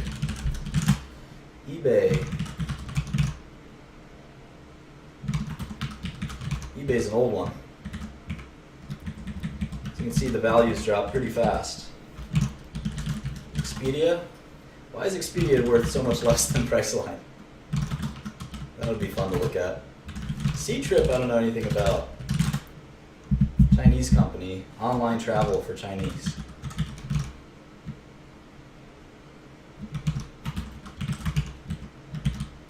All right, let's see what the results are. I'm going to vote for Netflix. I'm not a robot. CAPTCHA, come on. All right, Netflix it is. All right, so I want everyone to make a Netflix model. I'll make one too. I want full cash flow. You could email it to me if you want. Stock market is not open on Saturday. So for the Netflix model, I want full income statement, balance sheet, cash flow statement for 12 quarters.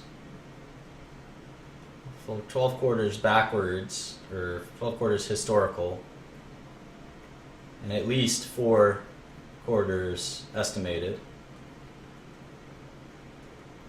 And then the same for 5 years historical, and then obviously to 2030 for estimated. So these are all the financials I want you to put in. And then we obviously want an NPV. solve for what you think Netflix stock is worth, read the last 12 months of corporate press releases. This is your homework. Corporate press releases. And then make sure your model's revenue forecast is driven by a specific metric or metrics. That's probably going to be one of the harder ones. Number 6, do some primary research, which means some hands-on research. And if anyone wants to like do a presentation or go through their model with me or have me make fun of it, we can maybe do that on like do that on Blab or something. This could be a lot of fun. So anyway, obviously all the files are uploaded to the Google Drive. If you don't have the link, there's a link in there. So please do that. And if you come to the class and you haven't done your homework, I will find out and I will kick you out. So this is getting very serious business. So anyway, I'll see you guys next time. I might do a class between now and the Netflix class, because this might take you a few days or a week. But let's say so a week from today. This is all due a week from today. So 3/26/16, 3/26/16, 8:30 p.m. Eastern Time. Don't make any plans, because I'm going to be here grilling your butt on Netflix. Put that in your calendar. 3/26/16, a week from today, next Saturday. Be there or be square. All right, guys. I will see you later. Thank you for joining. Bye.